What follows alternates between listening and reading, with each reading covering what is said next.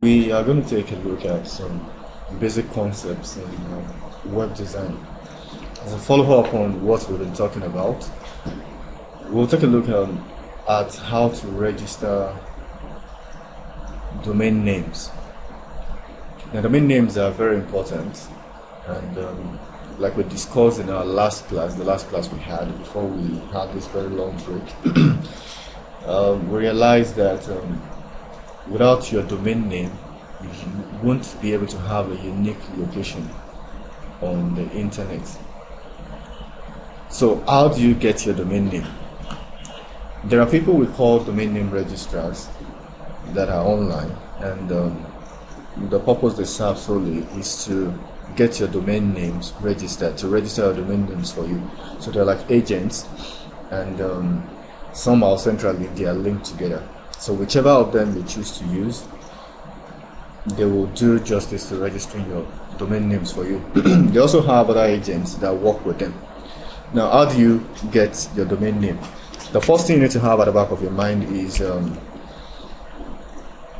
name that is unique, that suits the purpose for which you want to create that location on the internet. Something descriptive. Let's take, for example, we want to register a domain name for SoftSchool. Okay. So let me call this off. Now there's a site called domain.com. There are so many of them. Now another thing you need to know is if you're familiar with any web hosting company, most web hosting companies offer domain name registration as a service as well. We are on domain.com site, and what we need to do is to just type that name. Let me just paste what I've typed and put the TLD. Now TLD stands for top level domain.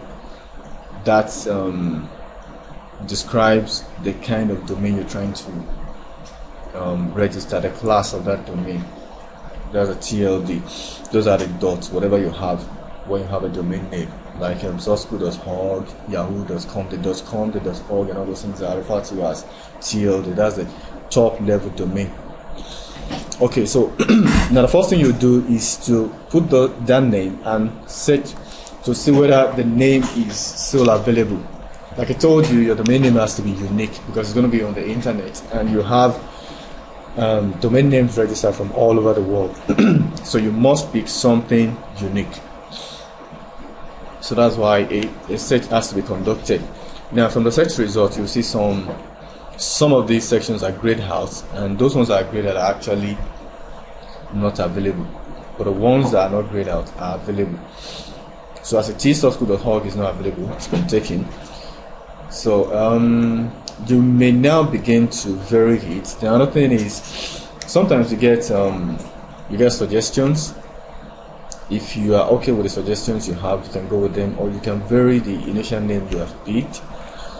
Let's say Soft Schools, and we search for that.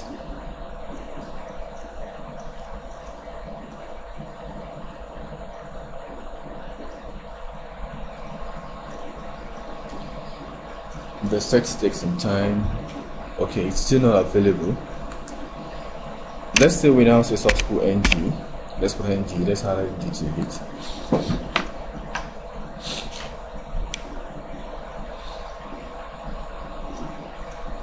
It's coming up now, and we should have the result shortly. Now, bravo, we have that. SoftSchool.ng.org is available, so we can pick that. Then in addition to that, we have a suggestion that says add domain privacy. Now what domain privacy does is to give you to provide a level of privacy for your information for the owner of that domain. Now when you register a domain, you are under obligation to provide address, phone number, and some other things like that, which are kept together with that domain in the registry. So if you want a kind of privacy, not as if you won't provide it, but once it is provided, it won't be available to the public. If you register this domain without domain privacy, if anybody goes online and search for a similar domain, the person can there's something we call who is registry. Now the OA's registry is where the what's it called, the identity and the identity of domain owners are kept. So if you pick a domain and check the OA's registry, you will see the information about the owner of that particular domain. But if you had a domain privacy to yours, you have a level of privacy which will not allow everybody to see your information. Okay, so once we have this, the next thing is to just click on what you want. We are picking .org, so you click on add. Then it takes you to that process of that will come down here. You come to checkout, you create an account, you make your payment with card, and you have your domain. We're going to stop this class now. What I just wanted to show you is how you go about setting and registering your domain. Once you're able to pay for this domain, then you have the domain registered. There are some other things you can do. We'll come to that later, and that will be in the next class. Once again, this has been Soft School Web Design class, and today we've taken a look at registering your domain. We've been able to search for a domain. We now know what a TLD is.